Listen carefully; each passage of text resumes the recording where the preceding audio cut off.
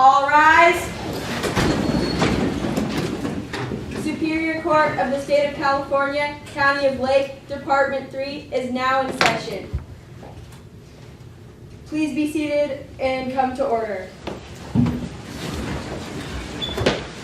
Please turn off all cell phones and refrain from talking.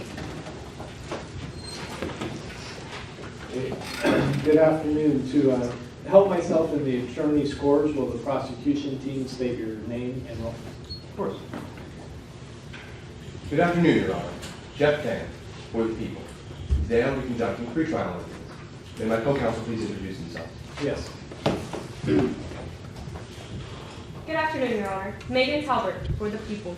Good afternoon, Your Honor. Rebecca Harper, for the people.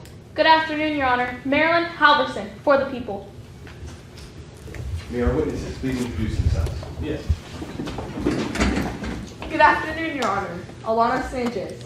And for today's proceedings, I am Sawyer Smith. Good afternoon, Your Honor. Richard Guadakin, and for today's proceedings, I am Keegan Lopez. Good afternoon, Your Honor. Diana Mendoza. And for today's proceedings, I am Cameron Holmes. Good afternoon, Your Honor. Ugo Ramos, and for today's proceedings, I am Dakota Chung.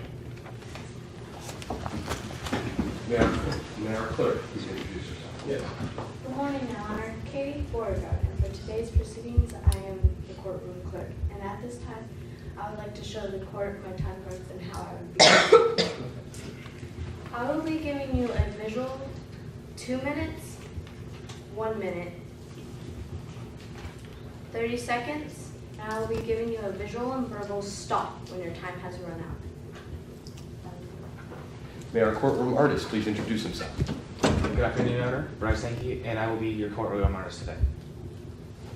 And finally, may our teacher coaches please introduce themselves? Yes.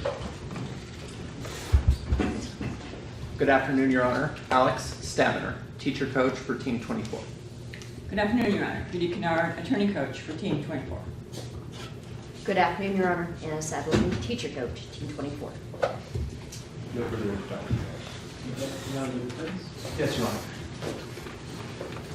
Good afternoon, Your Honor. My name is Mason Leggett. Today, I am presenting the pretrial motion on behalf of the defense. At this time, may my co-counsel please introduce themselves? Yes. Good afternoon, Your Honor. My name is Jimena Ramirez, for the defense. Today, I am presenting the opening statement as well as conducting the direct examination of Dr. Blake Williams and conducting the cross-examination for Dr. Dakota Chung. Good afternoon, Your Honor. My name is Kevin Nance, for the defense. Today, I am conducting the direct examination of Sam Colostian and Marlo Patterson, as well as the cross-examinations of Officer Keegan Lopez and Cameron Holmes.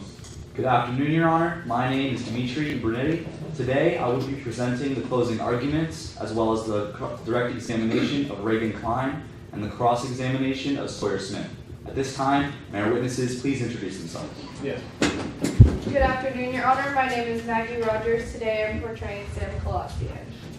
Good afternoon, Your Honor. My name is Olivia Gallagher. Today I am portraying Marlo Patterson.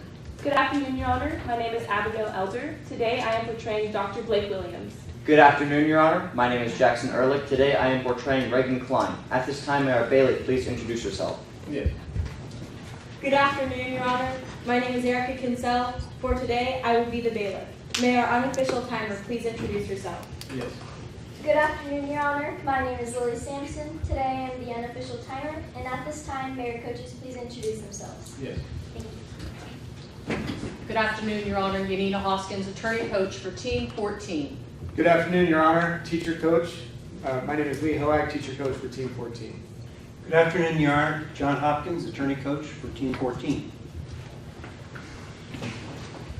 Okay, you must complete your presentations within the specified time limits. The clerk will signal you as your time for each section of the presentation begins to run out. When your total time for each section runs out, you will be stopped even if you have not finished. Attorneys must call 4 witnesses. This is a bench trial. At the end of the trial, I will render a verdict of guilty or not guilty in relation to the charge brought. The teams will be rated based on the quality of their presentations, independent of my verdict. Barring unforeseen circumstances, no recesses will be called. If for any reason a recess is necessary, Team members should remain in their appropriate places and should have no contact with spectators or coaches. Remember that objections are limited to the California Mock Trial Simplified Rules of Evidence located in the case packet. If there are no questions, the pretrial arguments will begin. Both sides have 4 minutes to present their arguments. The defense will begin. I will interrupt it, or I may interrupt to ask clarifying questions. Time spent answering my questions is not included in the 4-minute time limit. At the conclusion of your arguments, each side will be offered 2 minutes of rebuttal time. Remember that the rebuttal time is to be used to counter your opponent's arguments. It cannot be used to raise new issues.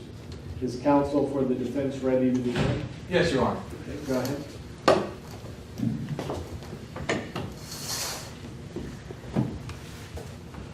May I proceed? Yes. Good afternoon, Your Honor. My name is Mason Leggett, and today the defense respectfully disputes the validity of count 2, making a criminal threat, on the grounds that there is insufficient evidence for this count to exist. There is no dispute as to who sent this comment. Reagan Klein openly admitted to typing and sending this comment. And we are not here to judge whether or not this comment is polite or nice or even the right thing to say. But the comment made by Reagan Klein on Sawyer Smith's NowPick page will never meet the requirements of constituting a criminal threat. And for these reasons, the defense respectfully requests that you dismiss count 2, making a criminal threat, under the authority of California Penal Code Section 995. The requirements for a comment to be made a criminal threat are specified by the Supreme Court case In re George T. A comment specifies as a criminal threat only when it has unequivocal, unconditional, immediate, and specific language indicating harm towards the victim or their loved ones. In the case of In re George T., the threat is in the form of dark poems the defendant deliberately handed out to other students, describing himself as a violent individual, as well as describing violent scenes of himself shooting up the school. This threat is much more specific than the threat in our case as to action, but yet the poems were found as constitutionally protected speech because there was no history of animosity between the defendant and the victims, and there were no accompanying threatening gestures made in the presence of the poems. In our case, there is no history of animosity between Reagan Klein and the victim Sawyer Smith outside of a harmless prank that did not result in violence, and there were no threatening gestures made by Reagan Klein to Sawyer Smith in the presence of his comment. We can also look to In re Ricky T. for a case very similar to ours. While it is not as binding as In re George T., its similarities to our case make it persuasively valuable. Both of our cases involve a defendant who made a harsh comment to the victim in the heat of the moment, and in both cases the threat even shares some language. In the case of In re Ricky T., the comment was made in the presence of the defendant getting hit accidentally with the door by the victim, the teacher. In our case, the comment was made in the presence of Reagan getting fired from his job at Hennessy's. Both comments share language such as "I'm going to get you," and in re Ricky T., this comment was found as constitutionally protected speech because it did not meet the requirements specified for a comment to be made a criminal threat. It is clear that Reagan Klein's comment made on Sawyer Smith's NowPick page does not specify the requirement, that does not fulfill the requirements for a comment to be made a criminal threat. Reagan Klein has his First and 14th Amendments to protect his speech, and for these reasons, the defense respectfully requests that you dismiss count 2, making a criminal threat, under the authority of California Penal Code Section 995. Thank you, Your Honor. Thank you. Good afternoon, Your Honor. Today, the defense has brought forth a motion to dismiss count 2 of criminal threat, under the reasoning that it does not meet the requirements for what is considered a true threat. And to simply put it, Your Honor, this is incorrect, for 3 reasons. 1, we see that there is unequivocal language. And 2, the history of escalation surrounding the threat does qualify as a history of animosity. And finally, number 3, Your Honor, any reasonable person would be in fear for their own well-being, given both the wording of the threat and the circumstances. This brings me to my first point once more, the wording of the threat. We see things such as You deserve to die. I'm coming for you. Watch your back. Nobody will miss you when you're dead.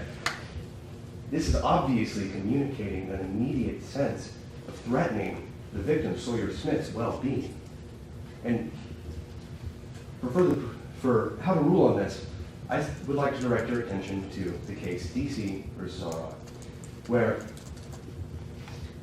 the defendant had made a threat toward a popular songwriter, for lack of a better word, toward a popular songwriter because he was disgruntled at the music he listened to over the car radio. And we see that he makes this threat over the internet on a post on a social media platform, which is completely analogous to the case of Barr.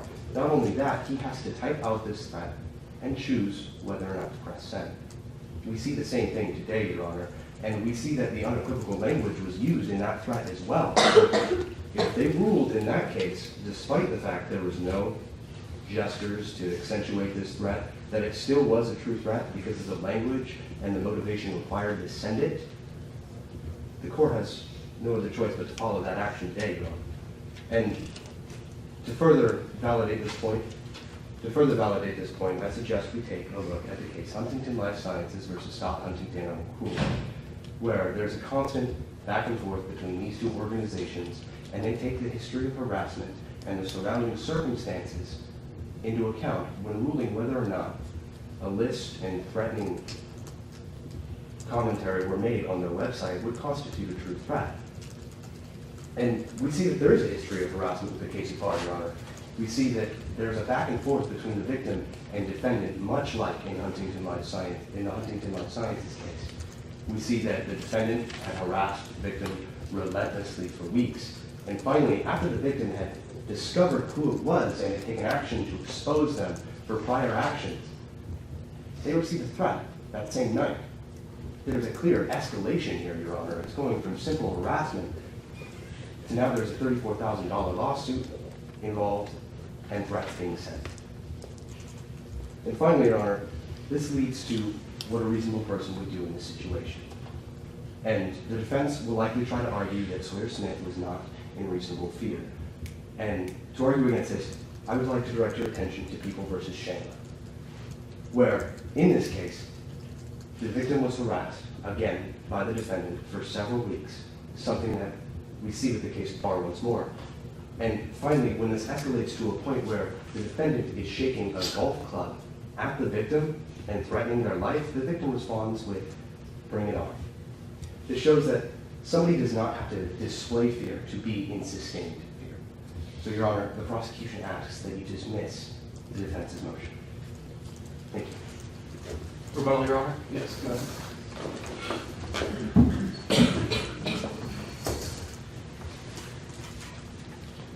Your Honor, despite what the people have tried to prove today, Reagan Klein's words in regards to count 2 are not criminal. Your Honor, the people have tried to say that there is a history of animosity between the defendant Reagan Klein and the victim Sawyer Smith, but this is simply not the case. We see a history of animosity in the case People versus Martinez, in the case People versus Allen. In both of these cases, the history of animosity is far more significant than in our case. In People versus Allen, the defendant had an 8-month history of violence against the victim, his girlfriend. And in People versus Martinez, the defendant had repeated requests for him to leave over a certain period of time. In our case, the history of animosity that is the catfishing prank and Reagan getting fired is not near the extremity of this history of animosity. We also must take a look at DC versus RR for a comparison of language to our case. Your Honor, may I remind you that in order for a comment to be made a criminal threat, it must have unequivocal, unconditional, immediate, and specific language. And this is displayed completely in DC versus RR when the defendant says he's going to pound the victim's head in with an ice pick. But in our case, there is no such language. Your Honor, Reagan Klein has his First and 14th Amendment rights to protect his speech. And for these reasons, the defense respectfully requests that you dismiss count 2, making a criminal threat under the authority of California Penal Code Section 995. Thank you. Your Honor. Yes. Opposing counsel brought up once more that the language in the threat was not unequivocal. And for the counter this, the defendant brings up several mentionings of death. Once more, you deserve to die. Nobody will miss you when you're dead. And finally, they end the threat with, I'm coming for you. Watch your back. And furthermore, in California Penal Code 422, it states that if somebody has the specific intent of something being taken as a threat, it should be ruled as a true threat. And we see this specific intent when the defendant mentions a very serious $34,000 lawsuit in their threat. Quote, you think you can stick me with a $34,000 lawsuit and get away with it? This is obviously making the matter much more serious than a simple comment online when you're upset with somebody. And once more, this was not a heat of the moment argument. It was something they had to type out, think about what they're going to say, and with no grammatical or spelling errors, send it. This was obviously deliberate. It was obviously serious, and especially for somebody who's working several jobs and is attending college, $34,000 lawsuit is not something they can deal with. Furthermore, Your Honor, they've argued that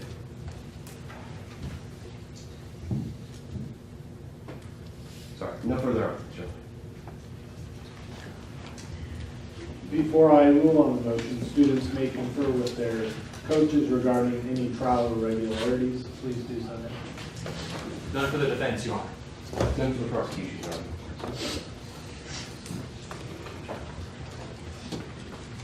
So I do find the evidence is sufficient to entertain a strong suspicion that the defendant committed a crime alleged in count 2. For that reason, the motion by the defense is denied. So we'll start with the trial. Does either side have any physical evidence they want to present for inspection? None at this time, Your Honor. Okay. The people of the state of California are charging the defendant, Reagan Klein, with count 1. The defendant is charged with reporting a false emergency, which occurs when any person knows that the report is false and knows or should know that the response to the report is likely to cause death or great bodily injury, and great bodily injury or death is sustained by any person as a result of the false report. In count 2, the defendant is charged with a criminal threat, which occurs when any person willfully threatens to commit a crime which will result in death or great bodily injury to another person. We'll begin with opening statements. Your Honor, at this time, do the court rearrange themselves? Yes.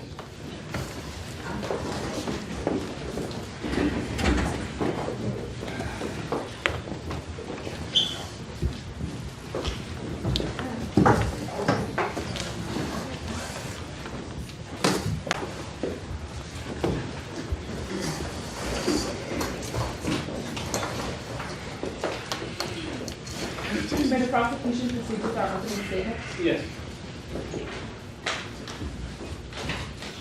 The day is August 14th. You are in your own home, yet you feel threatened. You feel afraid. You've recently been threatened, and you're scared. In recent months, your friends have betrayed you, they have pranked you, they have hurt you. It is in your own home that you are sitting there. You're trying to relax. You don't know what's going on anymore. And at that moment, the SWAT team busts through your door. You're so frightened that you fall down the stairs, breaking your leg, and it is at the bottom of the stairs that you lie there unconscious. Who would do this to you? Well, the answer is Reagan Klein. Today, my supporting counselors and I will prove beyond reasonable doubt that Reagan Klein is guilty on 2 counts. 1, of a false emergency report under Penal Code 148.3b, and 2, of a criminal threat under Penal Code 422. It is not only that Reagan Klein has violated the victim's rights, but Reagan Klein has also lied consistently. Reagan Klein lied to his boss about rigging equipment at work. Reagan Klein lied about his identity. as he catfished the victim. Reagan Klein lied to the authorities as he sent a false emergency report. It is not that Reagan has an inconsistency, but rather that the prosecution will develop the pattern of his inconsistencies that must bring the credibility of his testimony into question. Cameron Holmes will testify that Reagan is the one who came up with the idea to catfish Sawyer, and who is also the one who used the account the most. Officer Keegan Lopez will testify to the circumstances of Reagan's arrest. Dr. Dakota Chung, who used an analysis technique specified for short text messages, such as the textative, will testify that in his expert opinion, the writing style used in the textative is that most closely matches Reagan's writing style. And finally, the victim, Sawyer Smith, will testify to feeling threatened, to feeling fearful. She will testify to have been catfished by Reagan. She will testify to have been threatened by Reagan. She will testify to the serious injury she sustained by these textatives that were sent by Reagan. Your Honor, my supporting counselors and I will prove beyond a reasonable doubt that Reagan Klein is guilty on both counts. And at the conclusion of this evidence, we ask you, Your Honor, to find the defendant guilty. Thank you. Defense opening, Your Honor? Yes.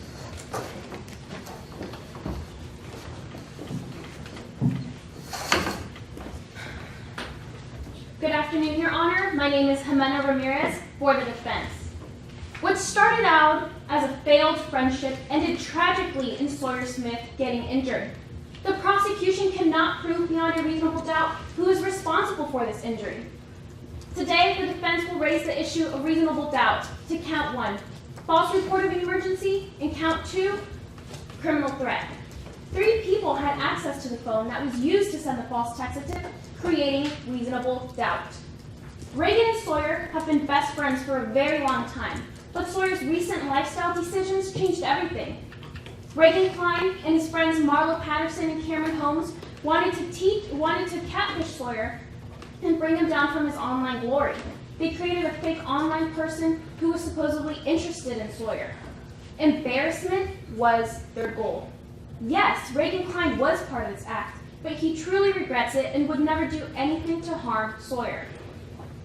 There are 3 possible persons who could have used Cameron's flip phone to send the false textative on August 14th. Where was Reagan, Cameron, and Marlo that night? They were all hanging out at Reagan's apartment with equal access to Cameron's phone. Marlo was busy on a phone call in the same room with Cameron's phone. And Cameron was downstairs waiting for a pizza Cameron was downstairs waiting for a pizza, but for how long? And Reagan was sitting at the dining room table waiting for that pizza. All 3 had access to the phone at the same time that the false textative was sent. The defendant will testify that he did not mean to comment against Sawyer, and that Sawyer would know that. Marlo, a co-worker and friend of Reagan and Sawyer, will testify that she never saw Reagan get anywhere near Cameron's phone that night. Marlo had a clear view of where the phone used to send the false textative was located and where Reagan was sitting. Dr. Blake Williams will refute the prosecution's expert as to who wrote the false textative and raises the point that the writing style in the tip is more consistent with Cameron's writing, coming to a conclusion that Cameron wrote the false textative, not Reagan. This is reasonable doubt. The second charge against my client, criminal threat, you will hear the defendant testify that Sawyer did not care about this threat. Sawyer simply replied, LOL, as if, you're done now, bye. The so-called threat was not clear or immediate. Instead, it was vague without any details. The prosecution will try to paint a different picture today, but everything you will hear from both sides will demonstrate that Reagan Klein is not guilty. The prosecution cannot prove beyond a reasonable doubt who is responsible for this threat. The defense is confident that you will find Reagan Klein not guilty. Thank you. The prosecution can call your first witness. The prosecution would like to call Sawyer Smith to the stand. Sawyer Smith, please approach the witness stand and remain standing. Please raise your right hand. Do you solemnly affirm that the testimony you are about to give will faithfully and truthfully conform to the facts and rules of the mock trial competition? I do. Please be seated. Your Honor, with your permission, may I move about the well? Yes.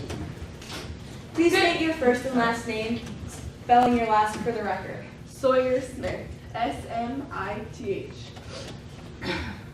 Good morning, Ms. Smith. Good morning. I'm sure the court is interested in your background. May you please tell me about yourself? Why, yes. Hello, my name is Sawyer Smith. I'm 22 years old and I currently attend East Flamingo Community College. And are you employed, Ms. Smith? Yes, actually for the past 6 years I've been working at the restaurant Hennessy's, and I also run a Nalpic account on the side. And who do you work with at Hennessy's? Well, at Hennessy's I work with Marlo, Cameron, and Reagan Klein. And is Reagan Klein in the courtroom today? Yes, he is. May you please identify him by an article of clothing that he is wearing? Reagan Klein is at the far end of the defense table, and he is wearing a black suit and tie. Thank you. You're welcome. And can you please tell me more about your Nalpic account that you mentioned? Well, I've been getting a lot of feedback that my lifestyle is pretty interesting, so I decided to pursue this career, and let me tell you this. The first week that I started, I had 3,000 followers, then it jumped up all the way to over 150,000 followers. That's just insane. I even got this really cool brand deal. And how did you feel about that? Happy, it was so exciting. How did your friends react to this? Well, Reagan didn't take it very well. I thought he would just be happy for me, but he wasn't. Well, what do you mean he didn't take it very well? Well, he catfished me. And what happened during this catfishing? Well, ever since me and Reagan have grown pretty distant since he's been off to college, he started getting all high and mighty about things, and I was kind of left in the dust. That's when I started my Nalpic account, and I've been getting a lot of social media influencers, and this account named Hayden Carlton texted me. We got to know each other, we had a connection, and that's when I found out that it was Reagan catfishing me the entire time. How did you know that it was Reagan behind this? Well, you see, that's where the Hayden account messed up. The Hayden account posted something about something that happened to me back in middle school. Reagan was the only person that knew about it, and then it just posted the story on the account. It was completely humiliating. I'm sure. Is that all that Reagan did to you? No, he threatened me. What else? How did his words make you feel? Completely terrified. I thought I knew him. Apparently I was wrong. Is that all? No, he also called the SWAT team on me. And what happened during this swatting? Well, that was the same day as the threat, so I went home trying to relax, and I heard pounding on my door. I thought someone was after me, and next thing I know, I wake up and I'm on the floor and my leg's broken. Prior to all of this, what was your relationship like with Reagan Klein? Well, like I said, we had been friends since middle school, high school, and then when college hit, he started acting all high and mighty about where he was going to college at. And we just started going distance. I kind of turned to Nalpic as a place to kind of fill that void, and the Hayden account, but I was wrong. So did he befriend you? Hayden? The Hayden account, yes. No further questions. Cross-examination, Your Honor? Yes.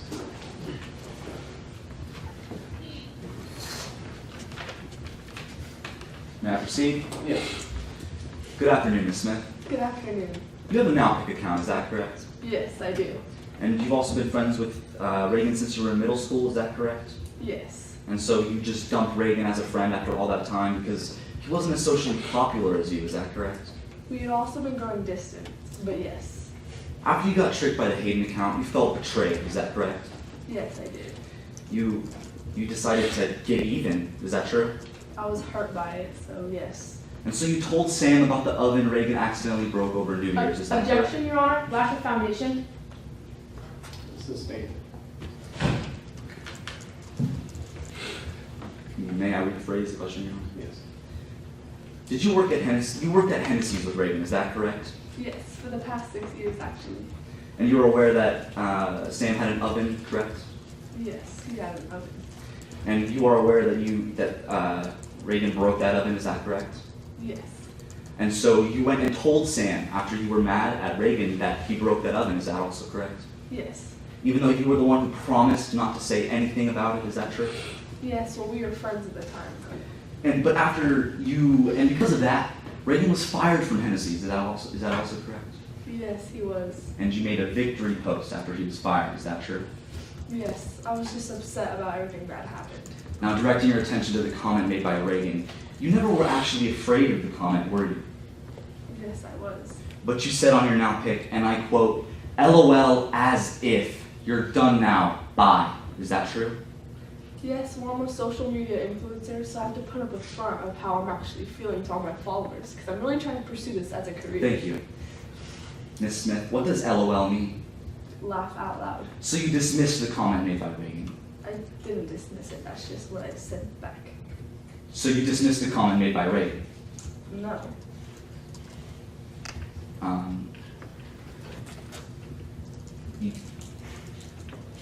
You did dismiss the comment publicly by Reagan. Is that a yes? No, I didn't dismiss it. No further questions, Your Honor. Redirect, Your Honor? Yes, go ahead. Why is it that you chose to come to your boss at that time, telling him that the oven was broken? Well, that's when I found out Reagan had catfished me. I was really just upset about it, so I decided to get even. Thank you. No further questions, Your Honor. May this witness be excused. Yes.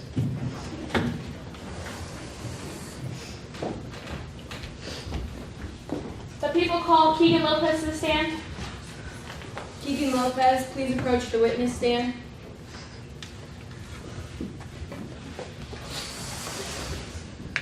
Please raise your right hand.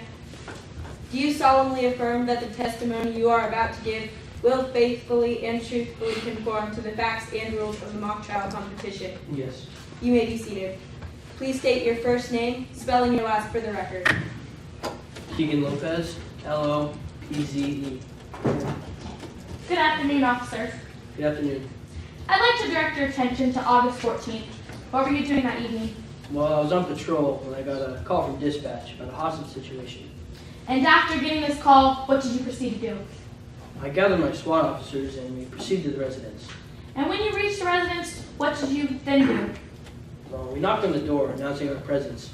No one answered. So we breached the door. And when you entered the residence, what did you see? We saw nothing on the first floor. We said all clear and we moved upstairs. And when you were heading up the stairs, what happened then? Well, we saw Sawyer coming out of his room. We shouted freeze. He fell down the stairs. And after that, what then happened? Well, we went downstairs and he was unconscious, so we called the paramedics. Officer Lopez, was there a real hostage situation? No, ma'am, there was not. Now, after calling the paramedics, what did you do then? I rode along with Sawyer to the hospital. And during the ride along with Sawyer Smith, what happened? Well, she woke up and she made a statement. And what did she say? She said she knew who this was. And who did she say this was? She said it was Regan Klein. And after getting this information, what did you proceed to do? Well, I went to Regan's apartment. And when you got to Regan's apartment, what did you proceed to do then? Knocked on the door. Regan let me in. And when you entered the residence, what did you see? I saw a flip phone plugged in the wall. I asked whose it was. And what did you do then with the flip phone? I found out it was Cameron's and I asked if I could open it. Officer Lopez, what did you see on the flip phone? I saw the text tip, ma'am. Now, Officer Lopez, at any point during that night, did you interview the defendant? Yes, ma'am, I did. And is the defendant in the courtroom today? Yes, ma'am, he is. Could you please identify Regan Klein with an article of clothing? Regan Klein is at the end of the defense table with a black suit and tie. Your Honor, may the record reflect that the witness correctly identified the defendant? Yes. Now, when you interviewed the defendant, what did she say to you? She She told me that. Excuse me, Okay, him. Your Honor, this question calls for hearsay. Your Honor may be heard. Yes. This is hearsay, but it falls under exception, the exception being admission by party opponent. It is admissible. That objection is overruled. Thank you, Your Honor. Could you ask the question again, ma'am? When you interviewed Reagan Klein, what did he say to you? Well, he told me that he did post a comment about Reagan, or Sawyer, sorry. And he checked the phone at 9/11. Thank you, Your Honor. No further questions. Cross-examination. Yes. Good afternoon, Officer Lopez. Good afternoon, sir. You were a responding officer on the night of August 14th, the swatting, correct? That's correct, sir. After you realized the SWAT was fake, you visited Reagan Klein's apartment, correct? That is true, sir. How many people were in the apartment that night? 3, sir. You interviewed all 3 of them, correct? That's correct. After you interviewed these 3, you found out that Marlo Patterson had a negative history with Sawyer Smith involving catfishing, correct? That's true, sir. You also found out that Cameron Holmes had a negative history with Sawyer Smith involving catfishing, correct? That's true, sir. Finally, you also found out that Reagan Klein had a negative history with Sawyer Smith involving catfishing, correct? That's correct, sir. In fact, you found out that all 3 had written posts together on the same account, correct? That's correct, sir. Is it possible that the text-to-tip that was sent to the police could have been pre-written? Yes, sir. If this text-to-tip was pre-written, it only would have taken one person to press send, correct? That's correct, sir. Did you find any substantial evidence that clearly pointed out Marlo Patterson as the person that sent the text-to-tip? No, sir. Did you find any substantial evidence that clearly pointed out Reagan Klein as the person that sent the text-to-tip? Yes, I did, sir. That clearly pointed out, they gave you a clear definition that that was the person, correct? Objection, Your Honor. Asked and answered. Sustained. Very well. What was your evidence that you found? Well, Regan checked the phone. He came upstairs, or he was there already. And Cameron was downstairs the whole time. Is this a definitive? Does this definitively show you that Reagan Klein could have been the only person that sent the text-to-tip? Objection, Your Honor. Asked and answered. Overruled. Could you ask the question again? Is this a definitive? Does this definitively show you that Reagan Klein could have been the only person to send the text-to-tip? Sir, it's common knowledge, but still yes. Did you find any substantial evidence that clearly pointed out Cameron Holmes as the person that sent the text-to-tip? Yes, sir. Anyone in the apartment that night could have used the phone to send the text-to-tip, correct? It's very unlikely, but yes. Thank you, Your Honor. No further questions.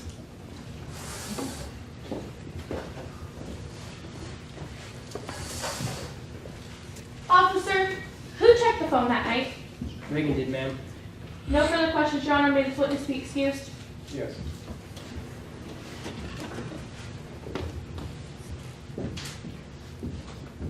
The prosecution calls Cameron Holmes to the stand.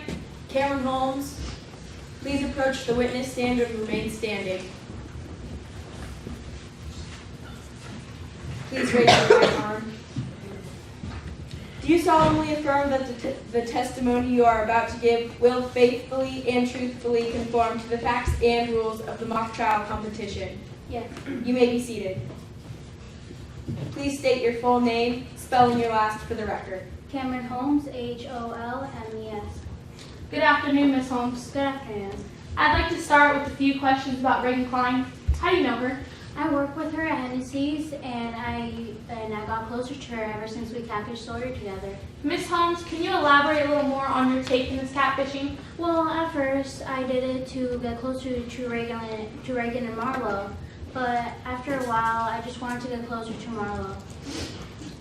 Now, I'd like to direct your attention to August 14th. What were you doing that night? Marlo and I went over to Reagan's apartment to eat some pizza since she just got fired. And Miss Holmes, where did the pizza come from? Joe's Pizza Shack. And what time did the pizza get delivered? Marlo sent me down at 9, but I was downstairs waiting for like 10 minutes. And after you got the pizza, what happened? I came back upstairs and I saw something really weird. And what did you see? I saw Reagan on my phone. No further questions, Your Honor. Cross-examination, Your Honor. Yes. Miss Holmes, you didn't like Reagan Klein, did you? Well, I tried to get closer to him so we could be friends, like the three of us. You thought that Reagan was trying to steal your friend, correct? After Reagan and Marlo began making plans without you, you felt left out, correct? Yes, I did. In fact, in response, you began making plans that included all three of you, so you wouldn't be left out in the cold. Is that correct? Yes. You didn't like Sawyer Smith either, did you? Well, it's not that I didn't like him, it's just, we weren't really close. Is that a yes or a no? No.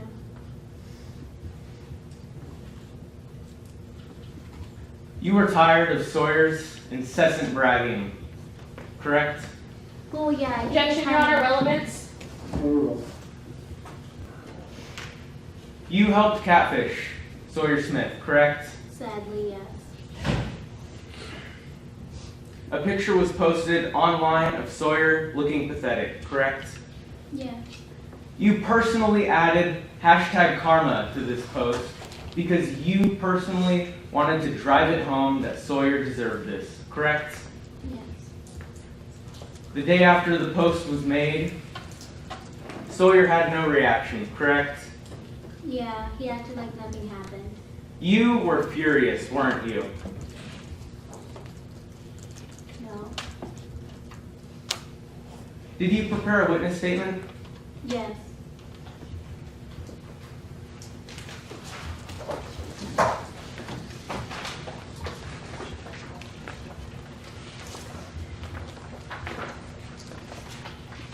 Your Honor, may I approach the witness? Yes.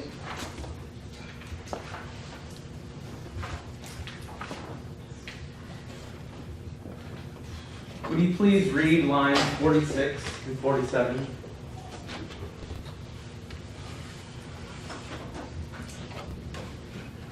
Out loud to the court, please. And I was furious. Thank you. You were furious, correct? Yes. Prior to the night of August 14th, you saw a swatting incident on the news, correct? Yeah, I saw it at work with all my coworkers. You understand the potentially fatal consequences of a swatting, correct? Yes. On the night of August 14th, you had a burner phone, correct? Yes, because mine broke. This phone was only to be used until you got another one, correct? Yeah, my new phone was coming in the 15th, so.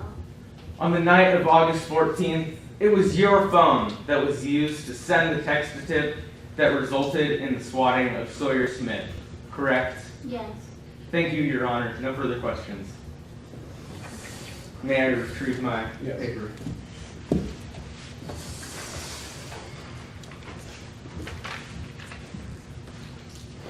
Now, when you came back upstairs from getting the pizza, who was on the phone? Reagan. Thank you. No further questions, Your Honor. May this witness be excused? Yes. The prosecution calls Dr. Dakota Chung to the stand. Dakota Chung, please approach the witness stand and remain standing.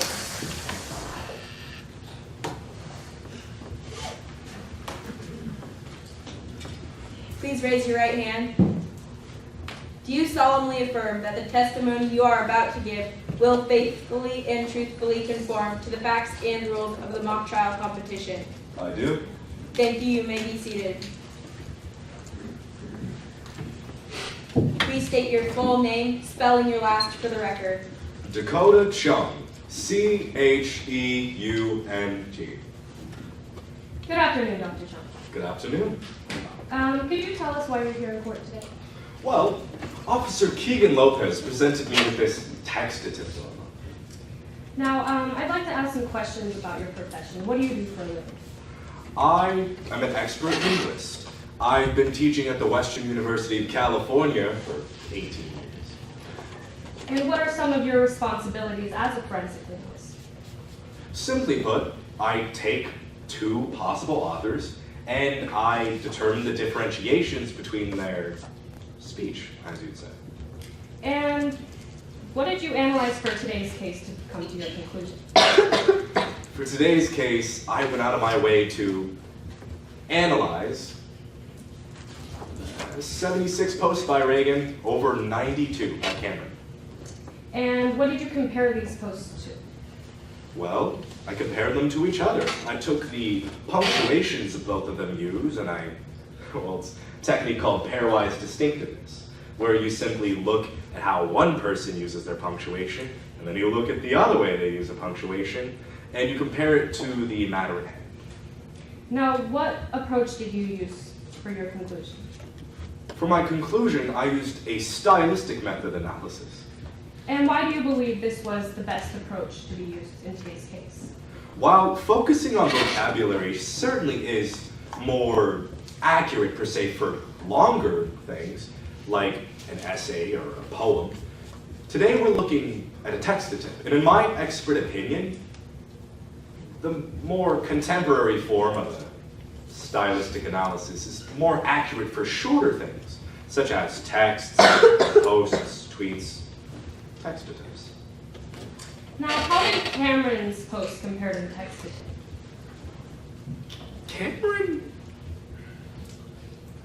Cameron's not the most prolific speller. He certainly has his ways of misspelling things and doesn't quite use as many commas, which is something made apparent. He also, as I've mentioned, spells things wrong a lot, often shortening words. Now, how do Reagan's posts compare to the textative? Mr. Klein is certainly a more academic speller. He hardly ever spells things wrong. In his posts. Thank you. Now, in your expert opinion, who was the author of the textative? While looking at this textative, I noticed that there were no misspellings. And seeing as how it was done on a flip phone, and the way that you write personally is completely subconscious. You're not conscious of the way you write. It rules out all the other options to me. It had to have been Mr. Klein. Thank you. No further questions at this time. Cross-examination, Your Honor. Yes.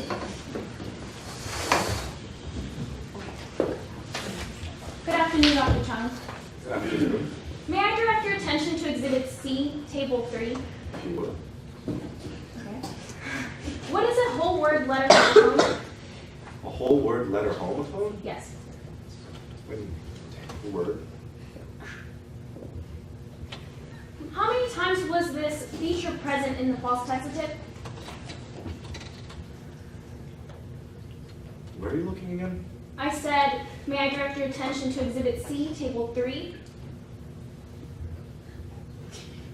What is a whole word letter homophone? It's when you take a word and you make it at least a letter, or as short as possible. How many times was this feature present in the false tip? 1. How many times was this present in Reagan's writing? None. And how many times was this present in Cameron's writing? 13. Now directing your attention to the shortening features of the words really and please. How many times was this feature present in the false textative? 2. And in Reagan's writing? None. And Cameron's writing? 21. Thank you. Dr. Chung, what is your final conclusion for this case? My final conclusion is that given that this is supposedly supposed to be an emergency, and it had to have been done in a small time frame, it had to have been Reagan. Is this a definitive yes? Yes. Thank you. No further questions, Your Honor. Redirect, Your Honor. Yes. How do you know Cameron is not the author of the textative? To know or not is irrelevant. I am an expert linguist. I simply take what I know and put it into an analysis. And my analysis shows, well, based from prior knowledge, I understand that the way you write is subconscious, And this was done in a short time frame, so I can't believe that he had to have some reference or not. And this was done on the flip phone, so no autocorrect. While some features may be present, all of the things that I've seen and all the things that I've recognized have been traits of Mr. Klein's writing that tell me that it must have been him. It could not have been Kim. Thank you. No further questions. May this witness be excused. Yes.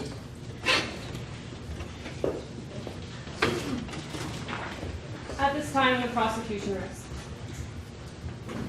Okay, evidence for the defense? Yes, Your Honor. The defense called Sam Colostian to the witness stand. Sam Colostian, please approach the witness stand and remain standing. Please raise your right hand. Do you solemnly affirm that the testimony you are about to give will faithfully and truthfully conform to the facts and rules of the mock trial competition? I do. Please be seated. Please state your full name, spelling your last for the record. Sam Colostian, K-O-L-O-S-T-I-A-N. Good afternoon, Ms. Colostian. Good afternoon. What is your occupation? I'm currently the proud owner of a wonderful business called Hennessy's. Do you know Reagan Klein? Of course I do. I had the pleasure of employing Reagan at this restaurant. How long has Reagan worked for you? Roughly 6 years. How would you describe Reagan as an employee working in your restaurant? Well, when I employed Reagan, he was an all-around great employee. He was consistently at work on time, always pleasant with the customers, and knowing Reagan on a personal level, he has a heart of gold.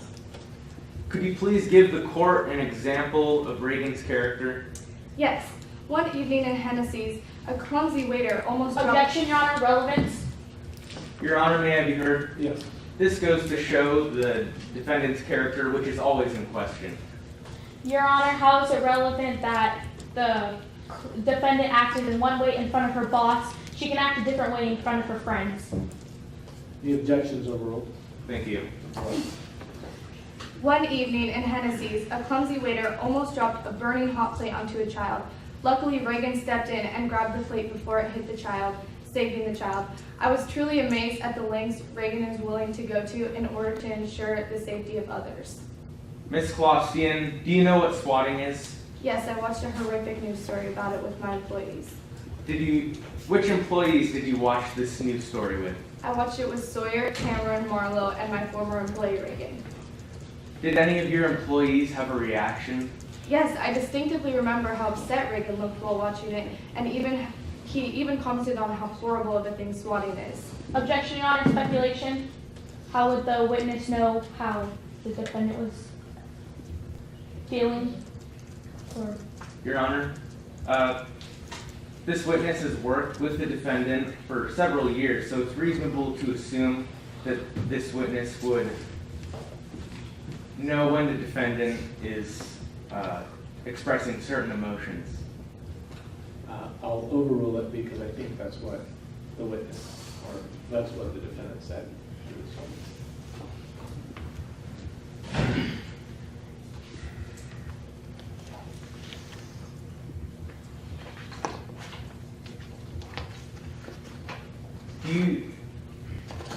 Why is Reagan a former employee of yours? Unfortunately, I had to fire Reagan because he accidentally broke my oven. Do you regret firing Reagan? Well, counsel, in this situation, I felt very conflicted because on one hand, no business owner would want to lose such a diligent, kind worker such as Reagan, but on the other hand, I felt obligated to after the oven incident. Thank you, Your Honor. No further questions. cross-examination, Your Honor? Yes.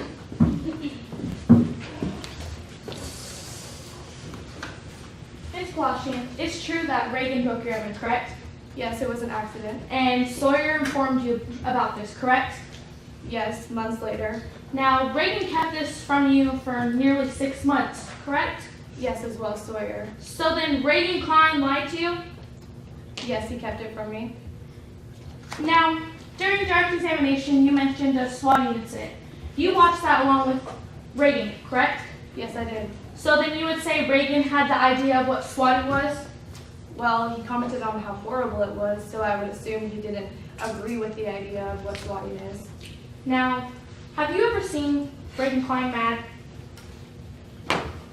No. And have you ever seen her with a $34,000 lawsuit?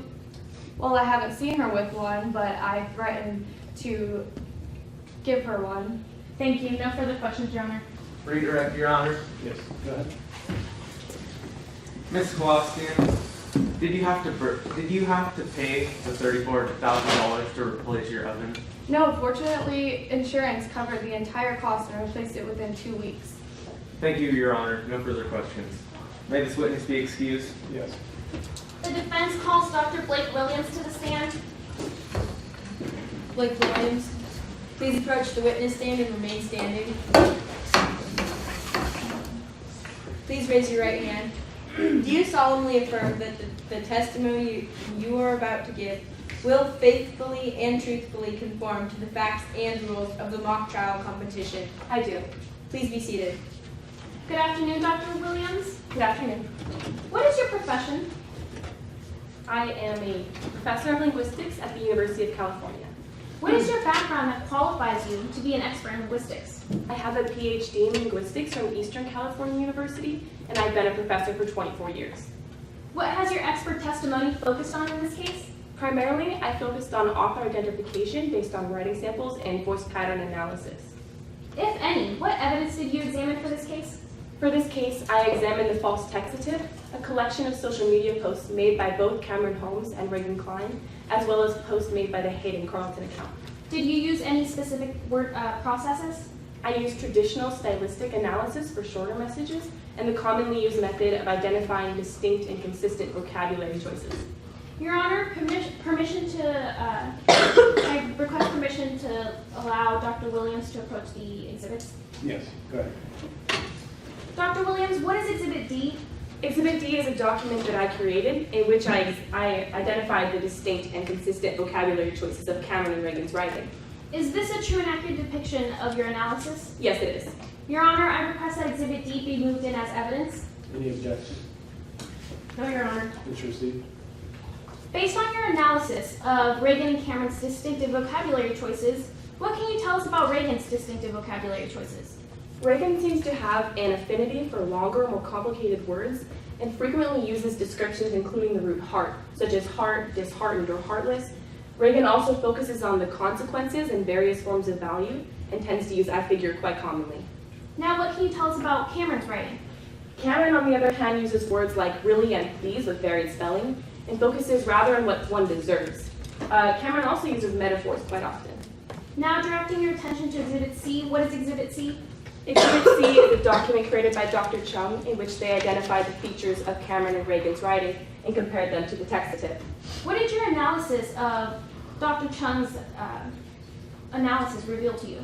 I found that while Reagan's distinctive features are more prevalent in the textative, when I factored in my analysis of the vocabulary choices, I noticed that Cameron's vocabulary was more prevalent, which led me to believe that Cameron Holmes most likely wrote the tip, if Cameron and Reagan are the only two options considered. Dr. Williams, can you expand on what you mean if by the only two options? When conducting an analysis focusing on pairwise distinctiveness, you're focusing on two possible authors, so your results are limited to just those two authors alone. Now directing your attention to Exhibit A, what is Exhibit A? Exhibit A is a transcript of the textative that I examined. Did you compare the textative to any of your evidence, to any of your analysis? Yes, I compared it to my analysis in Exhibit D. What did you find when you compared the textative to Exhibit D? I found what one deserves, as well as really and please with Cameron's specific spelling preferences, but I also found odd phrases such as pointed gun at Sawyer's heart and don't think he was trying to steal valuables, which stood out to me as blatant attempts to mimic Reagan's writing style. Could you give an example as to how someone would try to mimic Reagan's writing? Well, the words seemed dropped in as though someone was very particularly trying to make the tip sound like Reagan's more natural flow. In your professional opinion, Dr. Williams, who is the author of the false textative? The writing of the textative matched that of an author who was very intentionally placing those features of Reagan's that didn't match Reagan's more natural style, which led me to believe that Cameron Holmes most likely wrote the textative. Thank you. No further questions, Your Honor. Cross-examination.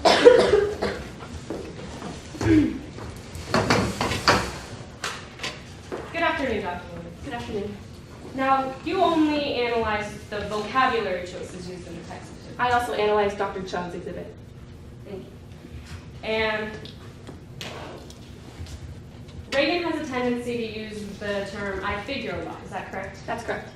And she uses the terms including the root heart, Yes, as well as focusing on various forms of value. Is that correct? that's correct. Now, isn't it true that each one of those is present in the textative? That's correct. But you believe these are attempts by Cameron to mimic Reagan's writing. Is that correct? Well, yes, because I found parts of Cameron's normal speech in the textative as well as Reagan's. But isn't it possible that it could have been Reagan trying to use Cameron's vocabulary traces? Well, in my professional opinion, I believe that Cameron is based on my analysis. But is it possible that it could have been the other way around? I don't think so, counsel. Thank you. No further questions. Redirect, Your Honor. Yes.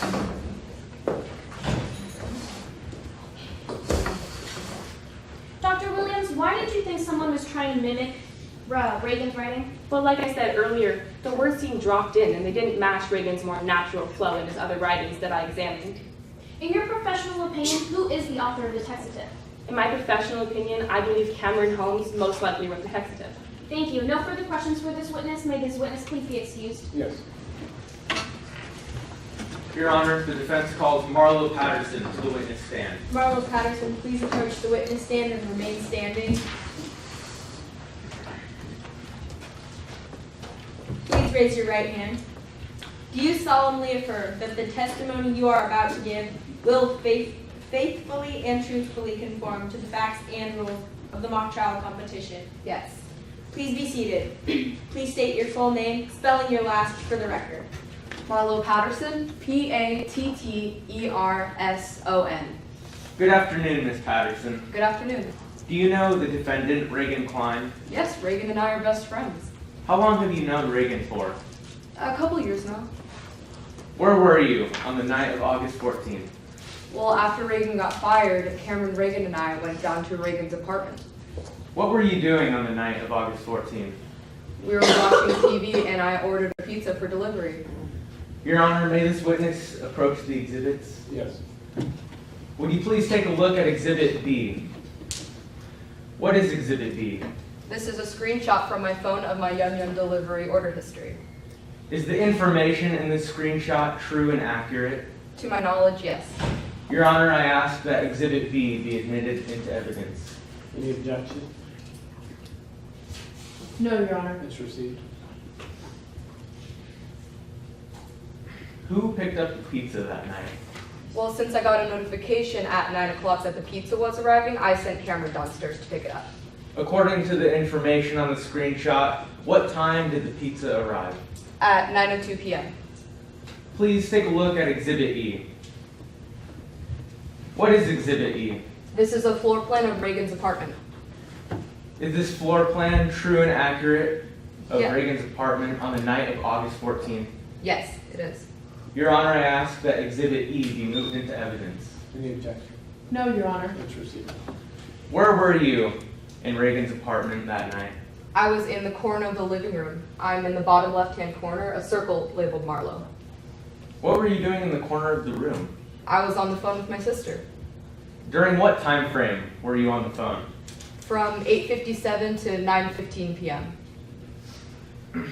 Did anything obstruct your view of the room that night? No, I had a clear view of everything. Where was Reagan located that night? He was sitting at the dining room table in the chair closest to the TV. He's also labeled Reagan. Could you see Reagan from where you were? I could. Were you both in the same room that night? Yes, we were. Are you familiar with Cameron's phone? Yes, I saw him on it that night. Where was Cameron's phone that night? It was located on the side table, plugged into the wall. It's an arrow labeled phone. Could you see the phone that night? Yes, I could. Throughout the entire night, did you see anybody on the phone? Yes, I saw Cameron checking it regularly throughout the night. Did you see Reagan with the phone? No, not at all. Thank you, Your Honor. No further questions. Please be seated.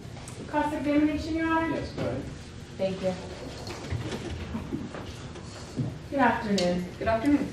We know from Keegan Lopez's testimony that Reagan did in fact access the phone that night, but you didn't see that, correct? That is correct. So could there have been other times that he accessed the phone that night that you also did not see? I believe so. Thank you. No further questions, Your Honor. Note of redirect for this witness. May this witness be excused. Yes. The defense calls Reagan Klein to the stand.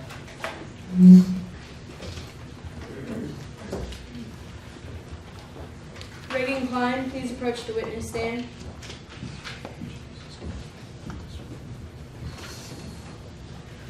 Please raise your right hand. Do you solemnly affirm that the testimony you are about to give will faithfully and truthfully conform to the facts and rules of the mock trial competition? I do. Please be seated. Please state your full name, spelling your last for the record. Reagan Klein, K-L-E-I-N.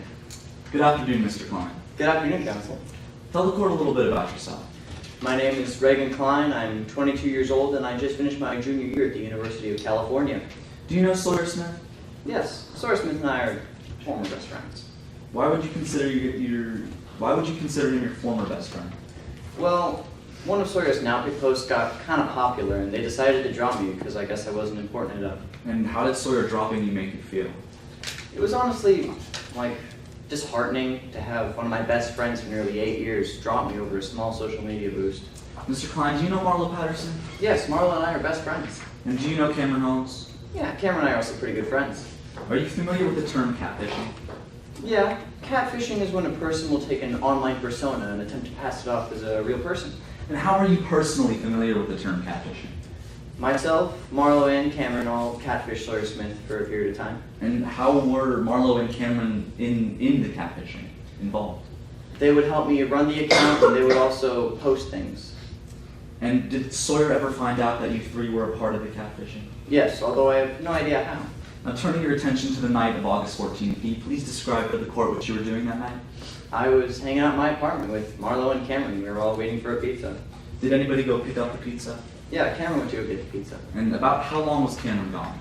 Cameron left and came back in a little less than 5 minutes. And what did Cameron do, if anything, when they came back up the stairs? They came back upstairs, gave us the pizza, and went on their phone. And where were you when Cameron was checking the phone? I was sitting at my dining room table in the chair closest to the TV. Mr. Klein, what happened next after this? After that, I noticed that someone was at my door, and it was Officer Lopez. And what did you do after Officer Lopez arrived at your door?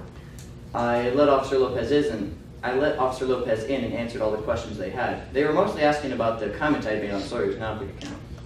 And did you take any action related to the comment you made towards Sawyer? Of course not. I would never do that. Mr. Klein, are you familiar with the swatting incident that occurred earlier that night? Yes, Officer Lopez did inform me about that, unfortunately. And what do you think about swatting? I'm honestly disgusted that anyone would swat anyone. Mr. Klein, did you write the text-to-tip that caused the swatting incident? Of course not. I would never do anything like that. And did you send the text-to-tip that caused the swatting incident? No. I would never do something so awful. And my friend for nearly 8 years would know I would never do anything like that. No further questions, Your Honor. Your Honor, the prosecution respectfully requests a time check at this time. The defense as well. The prosecution has 7 minutes and 46 seconds. The defense has 2 minutes and 37 seconds. Thank you. Good afternoon. Good afternoon, counsel. Isn't it true that you were enraged that Sawyer told your boss that you broke the evidence? I was upset that my friend had broken their promise to me, yeah. Isn't it true you even stated you were furious? I was a bit furious, yes. So angry you saw red? I guess I could describe that, yeah. Thank you. And you didn't tell your boss that this occurred, did you? No, I didn't tell him about that. So then you lied to him? Yeah, I mean, I was a college student. I couldn't really afford $34,000 for an oven. Thank you. And your name isn't Hayden Carlton, right? No, my name is Reagan Klein, counsel. So then you lied about your identity to catfish Sawyer? I didn't lie. I just didn't say it wasn't me. Okay. And you accessed the phone the night the text tip was sent, correct? Yes, I checked the time. It was like 9/11. Okay. And may I direct your attention to Exhibit A? Yes. can you please read aloud to the court the first 2 lines of this exhibit? Hostage situation? That one? No. The first 2, the following in the transcript. The following is a transcript of the text-to-tip that the East Flamingo Police Department received on August 14th at 9:08 p.m. And you said you checked the time at 9:11, correct? It was at like 9:11, yes, counsel. So if the text-to-tip was sent at 9:08 p.m. and you checked the time at 9:11 p.m., when you opened the phone, you would have seen the text-to-tip? I just checked the time. I didn't really notice anything else on the phone. But the text-to-tip could have been there, unless you sent the text-to-tip, correct? It could have been there, but I only checked the time. Thank you. No further questions, Your Honor. Redirect, Your Honor.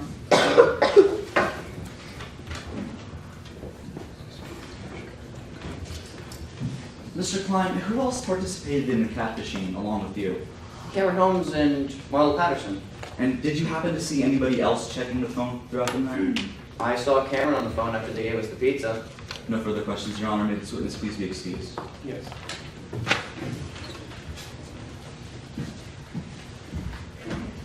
Your Honor, the defense rests. Okay, arguments? Yes, Your Honor. Boy.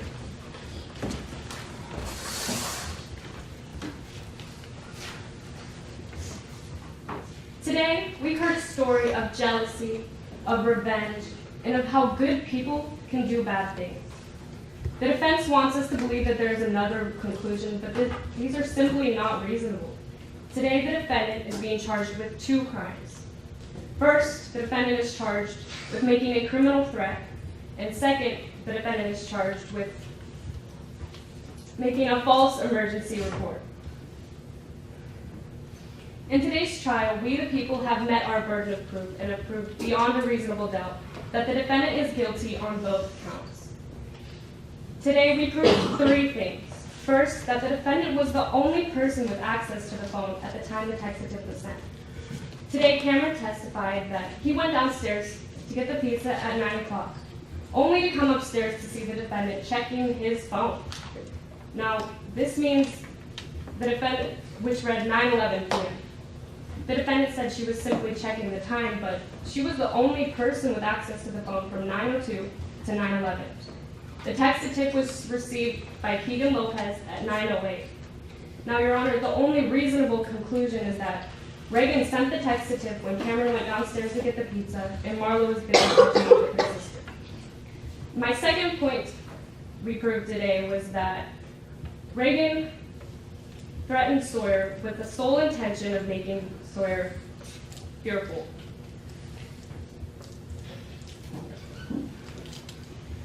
Today, Sawyer testified that when she found out that Reagan had been catfishing her, she told their boss, Sam Kolashkin, that she had broke a $34,000 of it. Now, Sawyer knew Reagan would do anything to get back at her, especially now that she had lost her job and was possibly getting sued. Reagan even testified today that he was so angry, he saw red. So when Sawyer saw this threat, she knew she had a reason to be scared, but she tried to play it cool as to not destroy her social status. But there was a reason for her fear, which brings me to my last point, that the defendant sent the text-to-tip because he wanted to harm Sawyer Smith. Sam Kolashkin, owner of Hennessy's, testified that Reagan Klein was present when they watched the newscast stressing the dangers of swatting. Reagan knew swatting could result in physical harm, but she wanted to hurt Sawyer. He wanted to hurt Sawyer. So far, he had been unsuccessful at hurting Sawyer emotionally, so now it was time to step up the game. And he had his opportunity on August 14th. When Cameron went downstairs to get that pizza, he knew this was the perfect time to text that text-to-tip. And he knew that this would result in the physical harm of Sawyer Smith.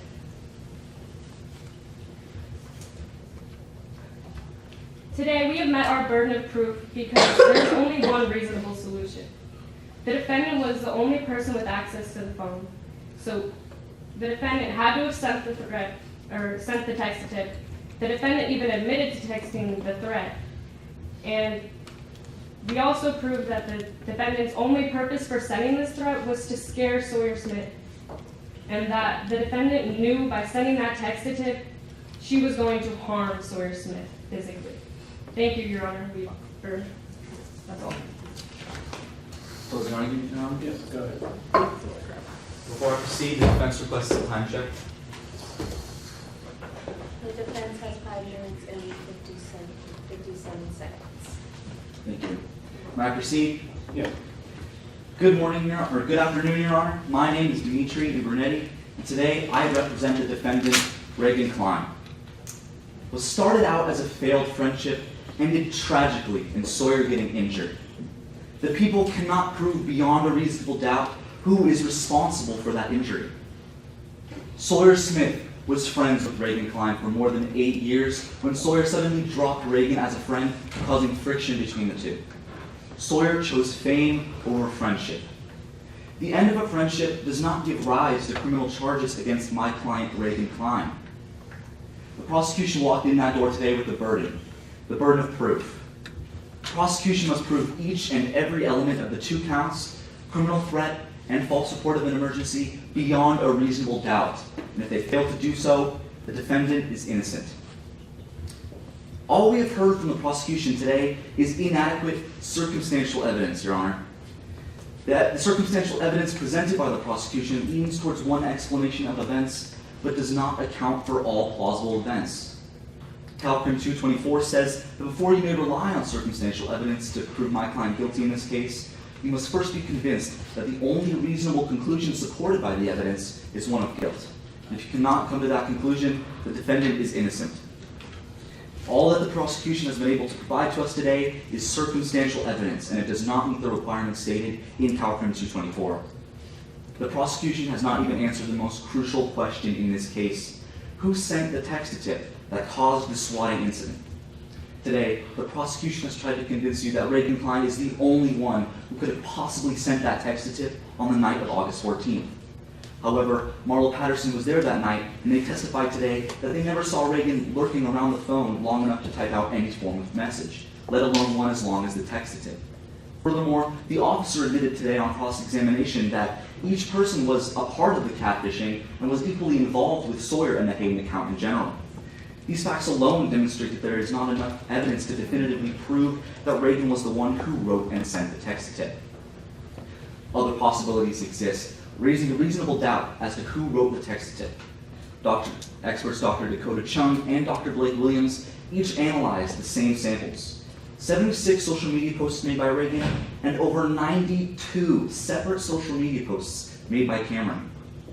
During Dr. Williams' analysis, she discovered that the post had characteristics of Cameron's writing style, with bits and pieces that appeared to be Reagan's distinct writing style. According to Dr. Williams, however, the text to Tip had an unnatural flow that seemed as if someone was just dropping in the phrases in order to make it sound as if Reagan was the one who had written the text to Tip. Dr. Williams stated that Cameron was more likely to have written the text to Tip based upon the fact that there were more unique elements of Cameron's writing style prevalent in the text to Tip with what appeared to be blatant attempts to use bits and pieces of Reagan's style. The reasonable possibility that Cameron could have written the text to Tip creates reasonable doubt as to the criminal threat charge against, or the false report of an emergency charge against my client. Your Honor, the prosecution cannot and has not proven that Reagan Klein was definitively the one who wrote and sent the text to Tip. Now addressing the false threat count. California Penal Code 422 says that for a threat to be classified as a criminal threat under law, the threat has to be both specific, unequivocal, and has to place the person receiving the threat in a state of reasonably sustained fear. Sawyer not once is ever placed under these circumstances. Sawyer may have removed Reagan from their life, but that does not ignore the fact that they were friends for more than 8 years. It is completely unreasonable to assume that Sawyer would be afraid of the text, or would be afraid of the comment made towards her after they have been friends personally. They've known each other on a personal level for over 8 years. The comment made towards Sawyer is not specific or unequivocal. It is extremely vague in its delivery, and even if the threat was deemed specific and unequivocal, Sawyer, again, is not once ever placed in that state of sustained fear for Sawyer's life. The clearest demonstration of this is the moment Sawyer saw and reacted to the post on the public social media. Sawyer's response to the post was, and I quote, LOL, as if you're done now, bye. LOL meaning laughing out loud. Is this the type of response you would really expect from someone who is afraid for their own life? This is a clear indication of a lack of fear sustained by Sawyer after mere hours after reading the threat made towards him. Sawyer clearly just brushes the threat off without another thought. Sawyer's response at the time that the comment was made is really the most clear and trustworthy evidence regarding how Sawyer truly felt after reading the comment. Your Honor, the evidence presented by the prosecution today does not meet the necessary burden of proof. The prosecution has failed on multiple accounts to prove my client guilty beyond a reasonable doubt, and we respectfully request that the court find Reagan Klein not guilty of all charges. Thank you. Yes, Your Honor.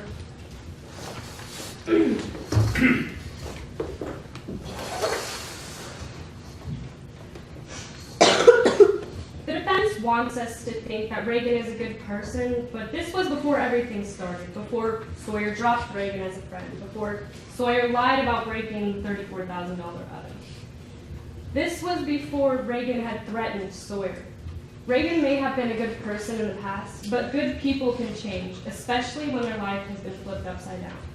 When Reagan lost her friends and her job, she was angry and wanted revenge. Reagan threatened Sawyer to scare her, and that wasn't enough, so she sent a false emergency report. Today, we have met our burden of proof, because Reagan was the only person with access to the phone at 908. Reagan knew swatting would result in physical harm, and she sent that text with that knowledge. And Reagan was angry when she sent the threat and wanted a reaction out of Sawyer, and that's why she tried to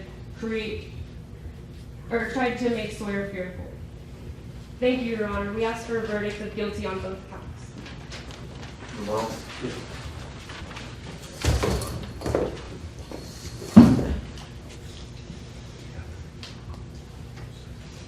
Your Honor, again, the prosecution has failed on multiple accounts to prove my client guilty beyond a reasonable doubt.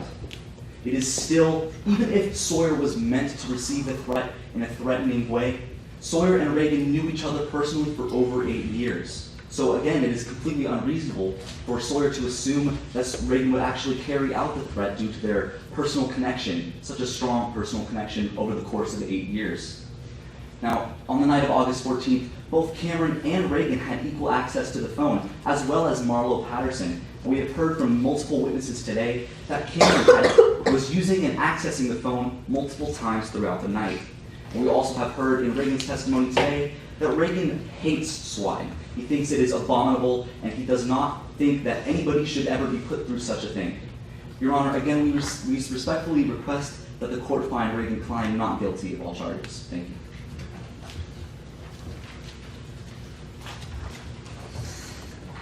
Before I return a verdict, students may confer with their coaches regarding any trial irregularities. Please do so. None for the defense, Your Honor.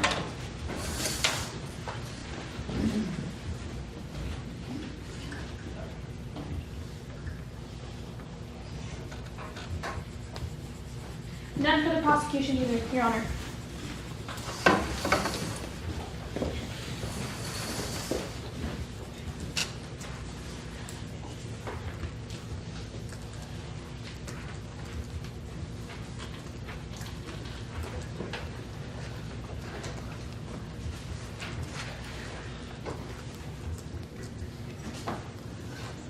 Okay, regarding count one,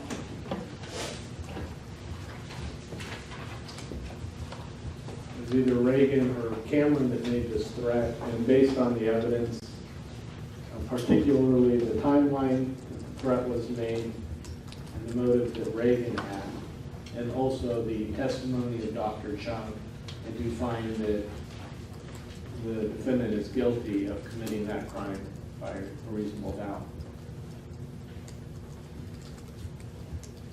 Regarding count two, I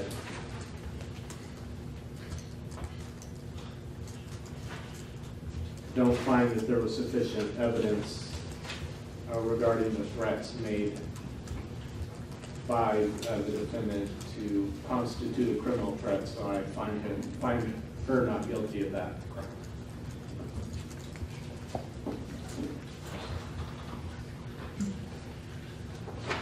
then at this point, I'm going to need help from Melissa.